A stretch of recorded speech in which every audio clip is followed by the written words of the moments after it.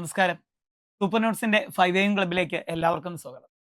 ഒരു നല്ല ദിവസം, ഒരു നല്ല പ്രഭാതം എല്ലാവർക്കും ആശംസിക്കുന്നു. ഒരു നല്ല ദിവസമായിരിക്കട്ടെ ഇന്നത്തേത് എന്ന് ഹൃദ്യമായി ആശംസിക്കുന്നു. എന്തുണ്ട് വിശേഷങ്ങൾ? നല്ല വിശേഷങ്ങളല്ലേ? ഓക്കെ. എല്ലാവരും നന്നായിരിക്കുന്നു എന്നറിയുന്നു. വളരെ സന്തോഷം. ഇന്ന് നമുക്ക് 5 AM ക്ലബിൽ നമ്മൾ ആരംഭിക്കുന്നത് 2024 47/2024 ചോദ്യമായി ചോദിച്ച, അതായത് കഴിഞ്ഞ ഡിഗ്രി പ്രിലിംസ് സെക്കൻഡ് ഫേസിൽ ചോദിച്ച ഒരു പ്രധാനപ്പെട്ട ചോദ്യത്തിൽ നിന്നാണ്. ഒരുപക്ഷെ ആ ചോദ്യ പേപ്പറിൽ അന്ന് കുട്ടികളെ വളരെയധികം ബുദ്ധിമുട്ടിച്ച ഒരു ചോദ്യമാണ്. ആ ചോദ്യത്തിൽ നിന്ന് തന്നെയാണ് ഇന്നത്തെ നമ്മുടെ മനോഹരമായ പ്രഭാതം നമ്മൾ ആരംഭിക്കുന്നത്. ഞാൻ ആ ചോദ്യം വായിക്കാം. ചോദ്യം ഇങ്ങനെയാണ്: ഏത് സാഹിത്യകൃതിയിലാണ് താഴെ പറയുന്ന വരികൾ അടങ്ങിയിരിക്കുന്നത്? ഏത് സാഹിത്യകൃതിയിലാണ് താഴെ പറയുന്ന വരികൾ അടങ്ങിയിരിക്കുന്നത്? വരി ഇങ്ങനെയാണ്: മനസ്സ് ഭയമില്ലാത്തതും തല ഉയർത്തിപ്പിടിക്കുന്നതുമായിടത്ത്, അറിവ് സ്വതന്ത്രമായിടത്ത്, ഇടുങ്ങിയ ഗാർഹിക മതിലുകളാൽ ലോകം ശിഥിലമായിട്ടില്ലാത്തിടത്ത്, സത്യത്തിന്റെ ആഴത്തിൽ നിന്ന് വാക്കുകൾ പുറപ്പെടുത്തുന്നിടത്ത്, അശ്രാന്ത പരിശ്രമം പൂർണ്ണതയിലേക്ക് കരങ്ങൾ നീട്ടുന്നിടത്ത്. ഒന്നുകൂടെ വായിക്കാം ആ ചോദ്യം. ചോദ്യം ഇങ്ങനെയാണ്: ഏത് സാഹിത്യകൃതിയിലാണ് താഴെ പറയുന്ന വരികൾ അടങ്ങിയിരിക്കുന്നത് എന്നാണ്. മനസ്സ് ഭയമില്ലാത്തതും തല ഉയർത്തിപ്പിടിക്കുന്നതുമായിടത്ത്, അറിവ് സ്വതന്ത്രമായിടത്ത്, ഇടുങ്ങിയ ഗാർഹിക മതിലുകളാൽ ലോകം ശിഥിലമായിട്ടില്ലാത്തിടത്ത്, സത്യത്തിന്റെ ആഴത്തിൽ നിന്ന് വാക്കുകൾ പുറപ്പെടുന്നിടത്ത്, അശ്രാന്ത പരിശ്രമം പൂർണ്ണതയിലേക്ക് കരങ്ങൾ നീട്ടുന്നിടത്ത്. ഓപ്ഷനിൽ ദി ഗുഡ് എർത്ത് ഉണ്ട്, ഓപ്ഷൻ ബി ആയി ലളിതോമാനസ് ഉണ്ട്, ഓപ്ഷൻ സിയിൽ ഗീതാഞ്ജലി ഉണ്ട്, ഓപ്ഷൻ ഡിയിൽ മാതൃഭൂമി ഉണ്ട്. അപ്പൊ ഇവിടെ ഈ വരികൾ ഏത് കൃതിയിലേത് എന്നുള്ളതാണ്. ഒരുപക്ഷെ ആ ചോദ്യപേപ്പറിൽ, അതായത് 47/2024 കഴിഞ്ഞ ഡിഗ്രി പ്രിലിംസിന്റെ സെക്കൻഡ് ഫേസ് ചോദ്യപേപ്പറിൽ കുട്ടികൾ ഒരല്പമെങ്കിലും ബുദ്ധിമുട്ടിച്ചൊരു ചോദ്യം ഇതായിരുന്നു. ഓക്കെ. എന്നാൽ നമ്മുടെ കുട്ടികൾക്ക്, എൻ്റെ കുട്ടികൾക്ക് അത് വലിയ ബുദ്ധിമുട്ടുണ്ടാക്കിയില്ല എന്നാണ് ഞാൻ വിശ്വസിക്കുന്നത്. കാരണം നമ്മൾ പലപ്പോഴും ഈ വാചകങ്ങളൊക്കെ ക്ലാസ്സുകൾ പറയുന്ന ഒന്നാണ്. ഇത് ഏത് കൃതിയിലാണ്? ഗീതാഞ്ജലിയിലാണ്. ഗീതാഞ്ജലി ഒരുപക്ഷെ ഇന്ത്യൻ സാഹിത്യം അല്ലെങ്കിൽ ലോക സാഹിത്യം തന്നെ കണ്ട ഏറ്റവും മികച്ച സാഹിത്യകൃതികളിലൊന്നാണ് ഗീതാഞ്ജലി എന്ന് പറയുന്നത്. ഗീതാഞ്ജലി എഴുതിയിരിക്കുന്നത് രവീന്ദ്രനാഥ് ടാഗോർ ആണ്. ആരാ എഴുതിയത്? രവീന്ദ്രനാഥ് ടാഗോർ. എഴുതിയതാരാ? രവീന്ദ്രനാഥ് ടാഗോർ. ഈ കൃതിയുടെ പ്രത്യേകത, ഈ കൃതി ബംഗാളി ഭാഷയിലാണ് എഴുതിയിട്ടുള്ളത്. ഇതിന്റെ പ്രമേയം എന്ന് പറയുന്നത് മിസ്റ്റിസിസമാണ്. ഇതിന്റെ പ്രമേയമാണ് മിസ്റ്റിസിസം. ഒരു സൗണ്ട് വേണം അല്ലെ? മിസ്റ്റിസിസം. ഓക്കെ അല്ലെ? മിസ്റ്റിസിസം ആണ് ഇതിന്റെ പ്രധാന പ്രമേയം എന്ന് പറയുന്നത്. മിസ്റ്റിസിസം. ഓക്കെ. എന്താണ് മിസ്റ്റിസിസം എന്ന് ചോദിച്ചു കഴിഞ്ഞാൽ, മനുഷ്യാത്മാവും ദൈവവും തമ്മിലുള്ള ഡയറക്റ്റ് അല്ലെങ്കിൽ എന്താണ് ഏറ്റവും അടുത്ത ഒരു ആത്മീയ തലത്തെ കൂടെ ചിത്രീകരിക്കുന്ന ഒരു ഭാഗമാണ് അല്ലെങ്കിൽ പദമാണ് മിസ്റ്റിസിസം എന്ന് പറയുന്നത്. സോ ഓർത്തു വെക്കേണ്ട കാര്യം ഇതാണ്: ഈ കൃതി ആദ്യമായി പ്രസിദ്ധീകരിക്കുന്നത് 1910 കൃതി ആദ്യമായിട്ട് പ്രസിദ്ധീകരിക്കുന്ന എപ്പോഴാണ്? 1910 അല്ലെ? അവിടെ എന്ത് ചെയ്യണം നിങ്ങൾ? ആ ഡേറ്റ് കൂടെ ഒന്ന് ഓർത്തു വെക്കുക. Date 1910 August 14. 1910 August 14. Okay. August 14. അപ്പോൾ ഇത് പ്രസിദ്ധീകരിച്ചിരിക്കുന്നത് ഇംഗ്ലീഷ് ഭാഷയിലാണ്. ഇതിന്റെ ഇത് പ്രസിദ്ധീകരിച്ചത് ബംഗാളി ഭാഷയിലാണ്. ഇത് ഇംഗ്ലീഷിലേക്ക് ട്രാൻസ്ലേറ്റ് ചെയ്തത്, ഇതിനെ ഇംഗ്ലീഷിലേക്ക് വിവർത്തനം ചെയ്തത് ആര് തന്നെയാണ്? രവീന്ദ്രനാഥ് ടാഗോർ ആണ്. ഓക്കെ. അതിന്റെ ഇംഗ്ലീഷ് പരിഭാഷയാണ് സോങ് ഓഫറിങ്സ് എന്നുള്ളത്. Song offerings. Okay. Song offerings എന്നത് ഇതിന്റെ ഇംഗ്ലീഷ് പരിഭാഷയാണ്. അതായത് നമ്മൾ ഈ പറഞ്ഞ ഗീതാഞ്ജലിയുടെ ഇംഗ്ലീഷ് പരിഭാഷയാണ് സോങ് ഓഫറിങ്സ്. ഇംഗ്ലീഷ് പരിഭാഷ സോങ് ഓഫറിങ്സ് പഠിച്ചു വെക്കുക. കാരണം ഈ ഇംഗ്ലീഷ് പരിഭാഷയ്ക്ക് വില്യം ബട്ട്ലറാണ്, ഇംഗ്ലീഷ് സാഹിത്യകാരനുള്ള ഇംഗ്ലീഷ് പോയറ്റ് ആയിട്ടുള്ള വില്യം ബട്ട്ലറാണ് ഇതിന് ആമുഖം എഴുതിയിരിക്കുന്നത്. ഓക്കെ അല്ലെ?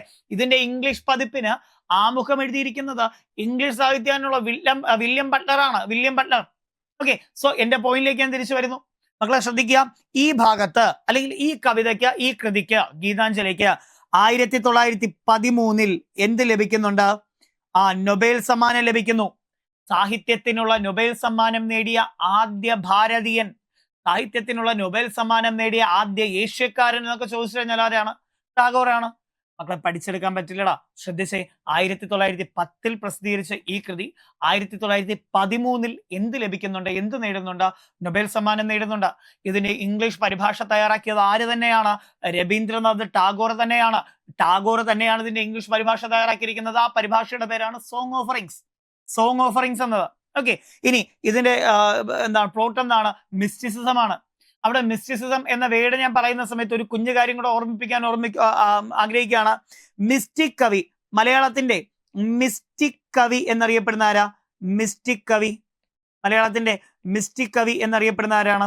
നിങ്ങൾ കമന്റ് ചെയ്ത് പറഞ്ഞ കേട്ടോ, കമന്റ് ചെയ്ത് വരാം. മിസ്റ്റിക് കവി എന്നറിയപ്പെടുന്ന ആരാണ്? ജി ശങ്കരക്കുറുപ്പിനെയാണ്. ജി ശങ്കരക്കുറുപ്പ്, ശങ്കരക്കുറുപ്പ്. ഓക്കെ, അപ്പോ ഈ ജി ശങ്കരക്കുറുപ്പിനും ഗീതാഞ്ജലിയും തമ്മിലുള്ള ബന്ധം എന്താ? ആദ്യമായി ഗീതാഞ്ജലി മലയാളത്തിലേക്ക് വിവർത്തനം ചെയ്യുന്ന ജി ശങ്കരക്കുറുപ്പാണ്.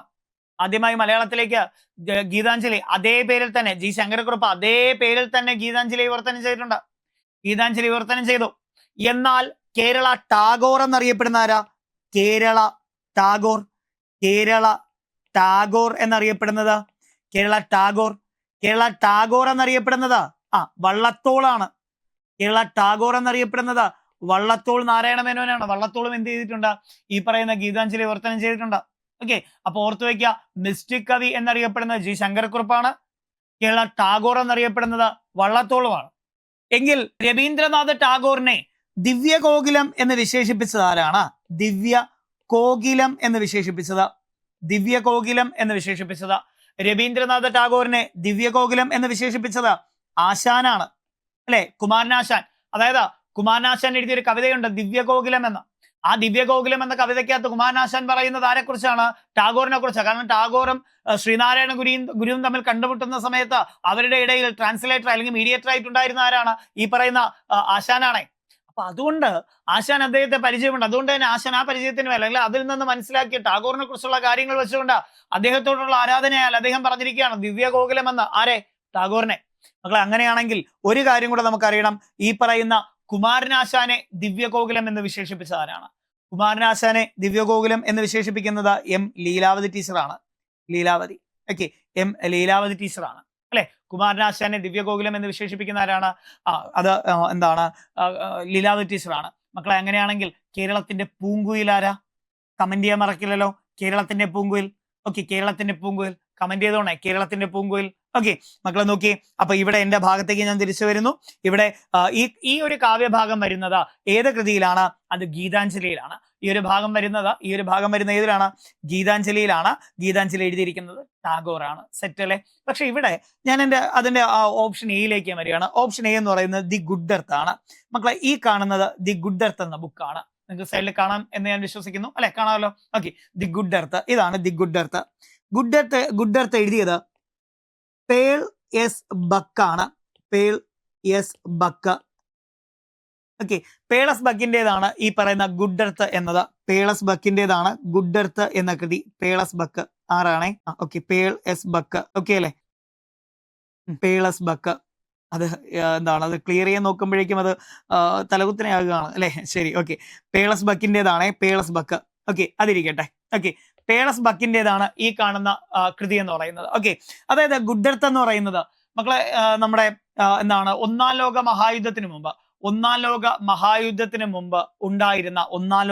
മഹായുദ്ധത്തിന് മുമ്പ് ഉള്ള ഒരു ചൈനീസ് ഗ്രാമം.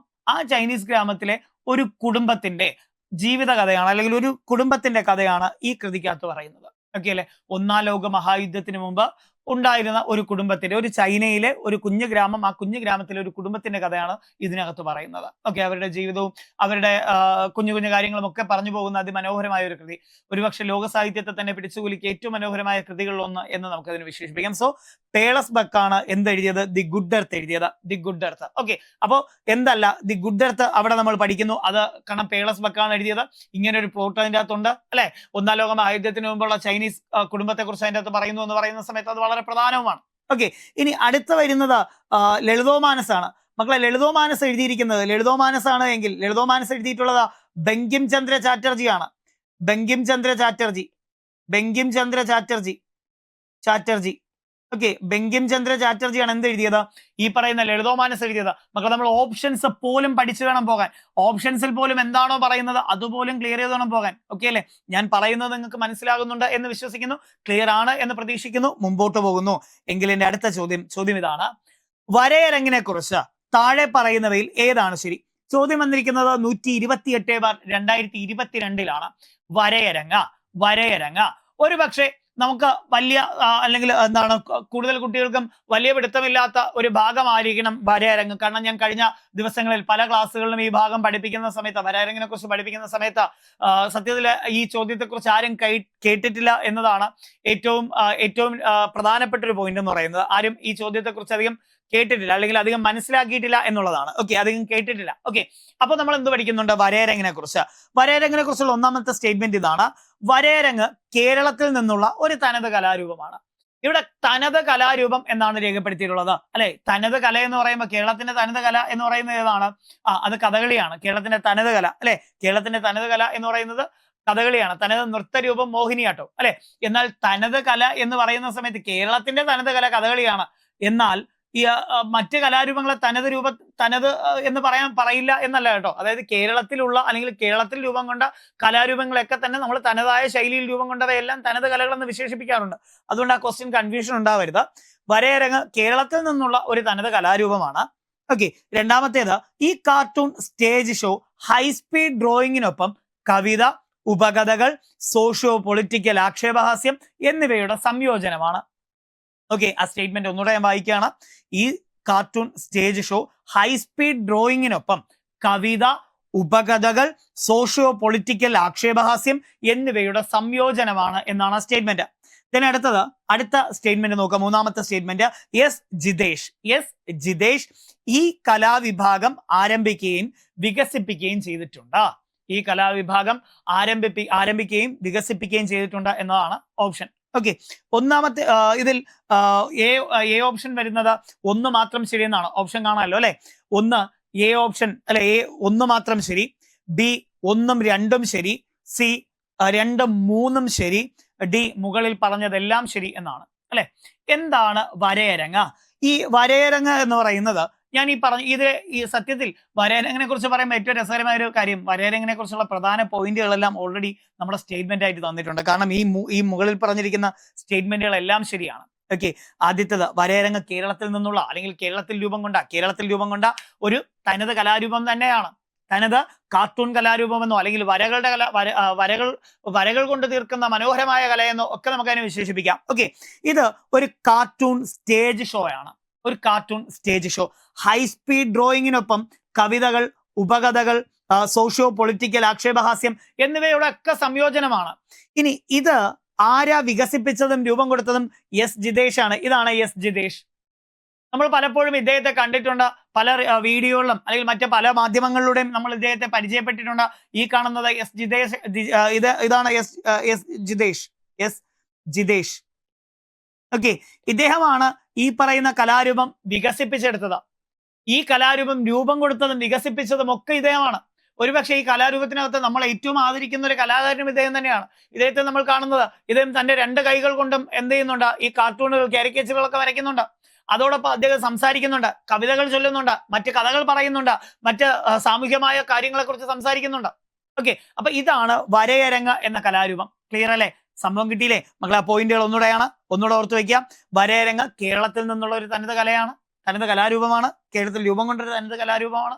ഓക്കെ, ഇനി ഈ കാർട്ടൂൺ സ്റ്റേജ് ഹൈസ്പീഡ്, അല്ലെ? സ്റ്റേജ് ഷോ ഒരു ഹൈസ്പീഡ് ഡ്രോയിങ്ങിനൊപ്പം, ഹൈസ്പീഡ് ചിത്രകലയ്ക്കൊപ്പം, വരയ്ക്കൊപ്പം കവിതകൾ, ഉപകഥകൾ, സോഷ്യോ പൊളിറ്റിക്കൽ ആക്ഷേപഹാസ്യം എന്നിവയും ഒക്കെ ചേർന്നൊരു സംയോജനമാണ്. ഓക്കെ അല്ലെ? എസ് ജിതേഷ് ആണ് ഈ കലാരൂപം വികസിപ്പിച്ചത്. ഓക്കെ അല്ലെ?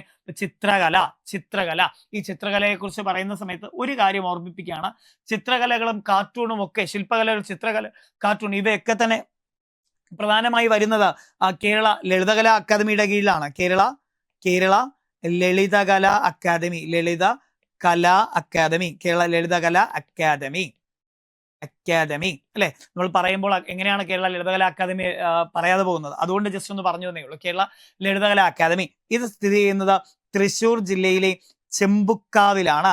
1962 കേരള ലളിതകലാ അക്കാദമി രൂപം കൊണ്ടിട്ടുള്ളത്. കേരള ലളിതകലാ അക്കാദമി രൂപം കൊണ്ടത് 1962 എം രാമവർമ്മ രാജയായിരുന്നു ആദ്യത്തെ അധ്യക്ഷൻ. എം രാമവർമ്മ രാജ, അതായത് നമ്മുടെ വിഖ്യാത ചിത്രകാരനായുള്ള രാജാ രവിവർമ്മയുടെ മകനാണ് എം രാമവർമ്മ രാജ. അദ്ദേഹമായിരുന്നു ഇതിന്റെ ആദ്യത്തെ അധ്യക്ഷൻ എന്ന് പറയുന്നത്.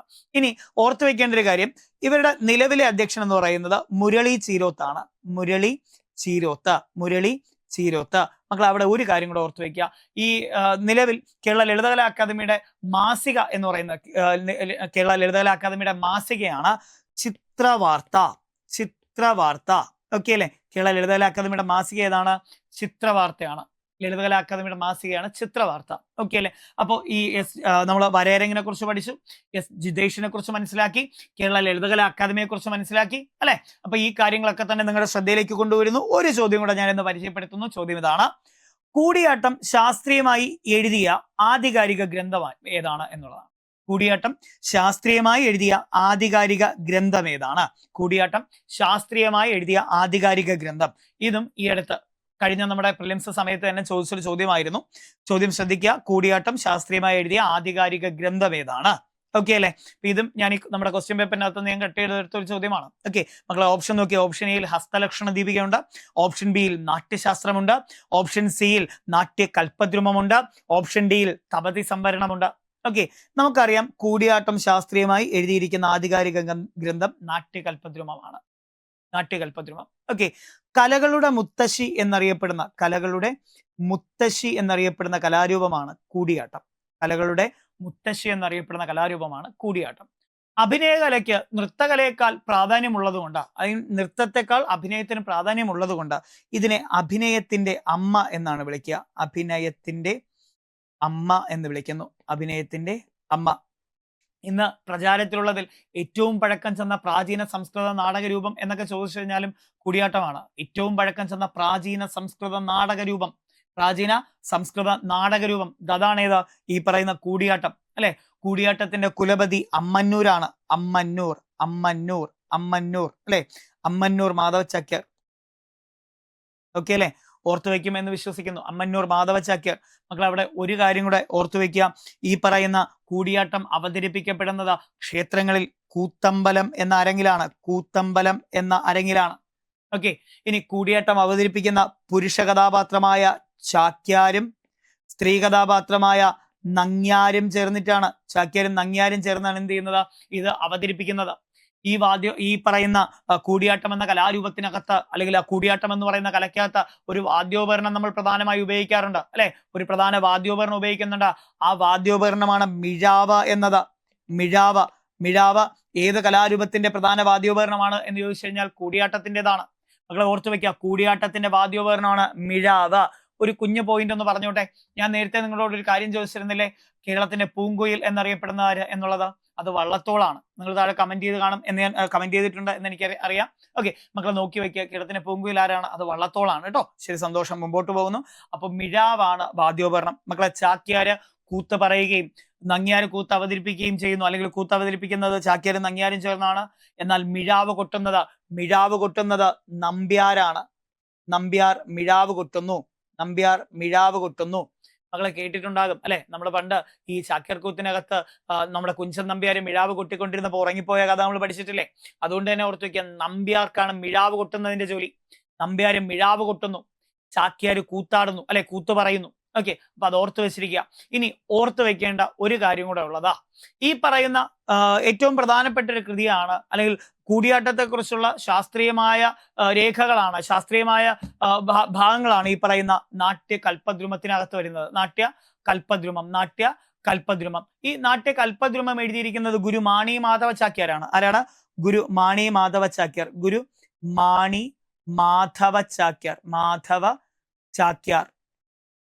ഓക്കെ, മാധവ ചാക്യാർ. മക്കളെ അവിടെ ഓർത്തു വെക്കേണ്ട ഒരു കാര്യമുണ്ട്. ഗുരു മാണി മാധവ ചാക്യാരെ അറിയപ്പെടുന്ന ഒരു വിശേഷണമുണ്ട്, കഥകളിക്കു കണ്ണുകൾ നൽകിയ കലാകാരൻ എന്നുള്ളത്. കഥകളിക്ക് കണ്ണുകൾ നൽകിയ കലാകാരൻ. പൊതുവെ നമ്മൾ ഈ ഒരു സ്റ്റേറ്റ്മെന്റ് പറഞ്ഞു കൊടുക്കുമ്പോൾ കുട്ടികൾ പെട്ടെന്ന് ചിന്തിക്കുന്നത്, സർ കഥകളിക്കോ, അതെങ്ങനെ കഥകളിക്കുക ശരിയാവുന്നത്? ഇദ്ദേഹം കൂടിയാട്ട കലാകാരനല്ലേ? കൂടിയാട്ടവുമായി ബന്ധപ്പെട്ടത് നാട്യകൽപ്പദ്രുമൊക്കെ എഴുതിയ കക്ഷിയല്ലേ? പുള്ളി എങ്ങനെയാണ് പിന്നെ കഥകളിക്ക് കണ്ണുകൾ നൽകിയത് എന്ന് പറയാം? അവിടെ ഒരു കുഞ്ഞു കാര്യം കൂടെ ഓർത്ത് വെക്കുക കേട്ടോ. അതായത് കഥകളി ആയാലും കൂടിയാട്ടമായിരുന്നാലും ഒക്കെ ആദ്യകാലത്ത് ഇത്തരത്തിലുള്ള കലാരൂപങ്ങളിൽ മുഖാഭിനയത്തിന്, പ്രത്യേകിച്ച് കണ്ണുകൾക്കോ മുഖാഭിനയങ്ങൾക്കോ അത്ര വലിയ പ്രാധാന്യമൊന്നുമില്ലായിരുന്നു. ഹസ്തമുദ്രകൾക്ക്, കൈമുദ്രകൾക്ക് അല്ലെ, ഹസ്തമുദ്രകൾക്കായിരുന്നു പ്രാധാന്യം ഉണ്ടായിരുന്നത്. അങ്ങനെ ഉണ്ടായിരുന്ന കാലത്ത് കഥകളിയിലേക്കും കൂടിയാട്ടത്തിലേക്കും ഒക്കെ തന്നെ ഈ നൃത്തത്തിലേതുപോലെ അല്ലെ കണ്ണുകൾ, മുഖചലനങ്ങൾ ഒക്കെ തന്നെ കൊണ്ടുവരുന്നത് ഈ പറയുന്ന ഗുരു മാണി മാധവ ചാക്യാരുടെ നേതൃത്വത്തിലാണ്. നമുക്കറിയാം ഒരു സുന്ദരി അല്ലെങ്കിൽ ഒരു നർത്തകി അല്ലെ, ഒരു നല്ലൊരു നർത്തകിയുടെ ഏറ്റവും വലിയ ആകർഷണീയമായ ഒരു കാര്യം എന്ന് പറയുന്നത് അവളുടെ കണ്ണുകളും മുഖഭാവങ്ങളും ഒക്കെ ആയിരിക്കും അല്ലെ.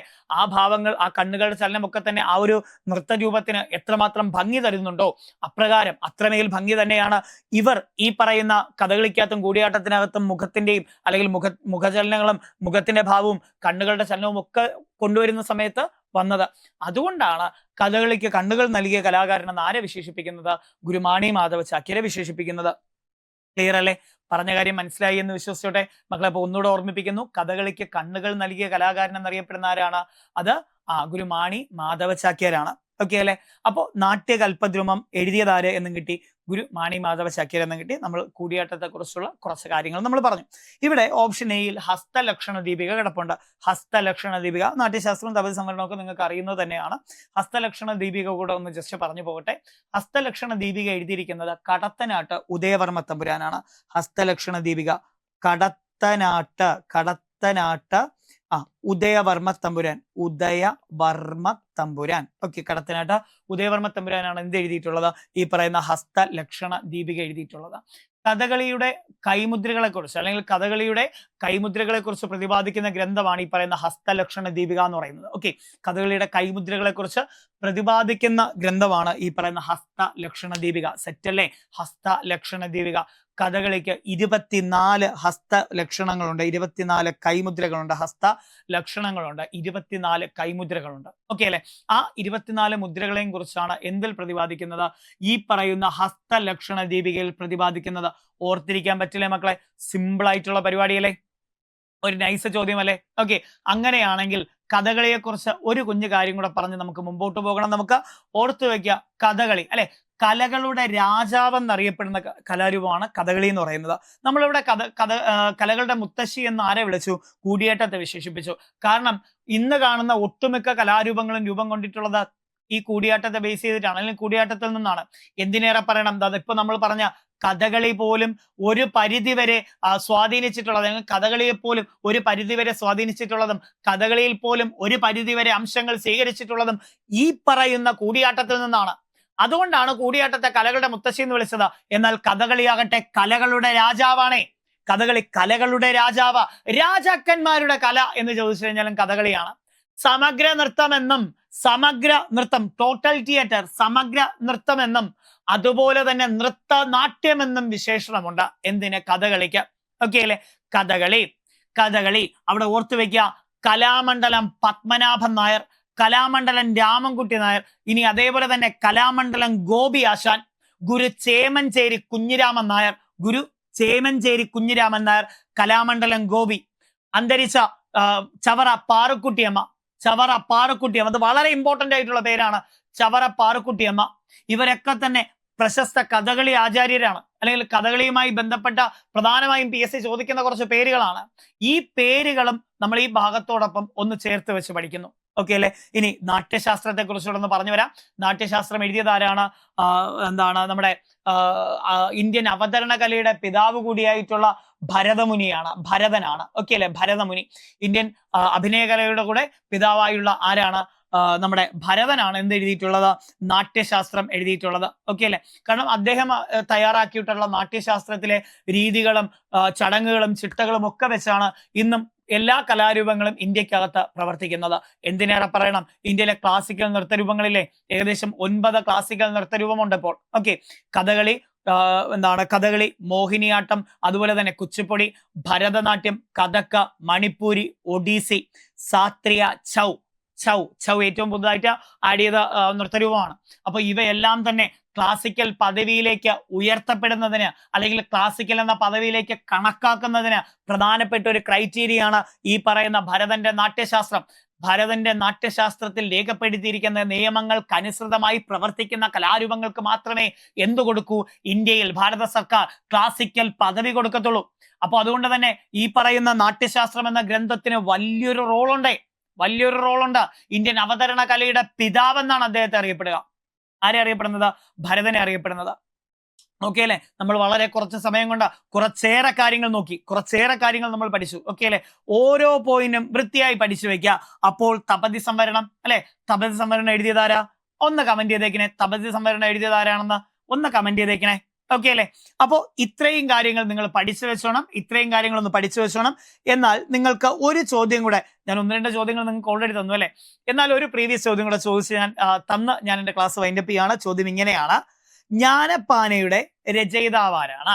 ജ്ഞാനപ്പാനയുടെ രചയിതാവ് ആരാണ്? ഓപ്ഷൻ എയിൽ മേൽപ്പത്തൂർ നാരായണ ഭട്ടതിരിയുണ്ട്. നാരായണീയമൊക്കെ എഴുതി ശ്രദ്ധേയനായ നാരായണ ഭട്ടതിരിപ്പാട്. ഇനി വള്ളത്തോൾ നാരായണ മേനോനുണ്ട്, വള്ളത്തോളിനെ അറിയാം. ചെറുശ്ശേരിയുണ്ട്, ചെറുശ്ശേരി നമുക്കറിയാം. പൂന്താനമുണ്ട്, പൂന്താനത്തെയും വളരെയേറെ നന്നായി തന്നെ നമുക്ക് അറിയാം. അപ്പോൾ ചോദ്യം ഇതാണ്, ഒന്നുകൂടെ, ജ്ഞാനപ്പാനയുടെ രചയിതാവ് ആരാണ് എന്നതാണ് ചോദ്യം. ഉത്തരം ഞാനിവിടെ നമ്മുടെ കമന്റ് ബോക്സിൽ പിൻ ചെയ്തിട്ടുണ്ട്.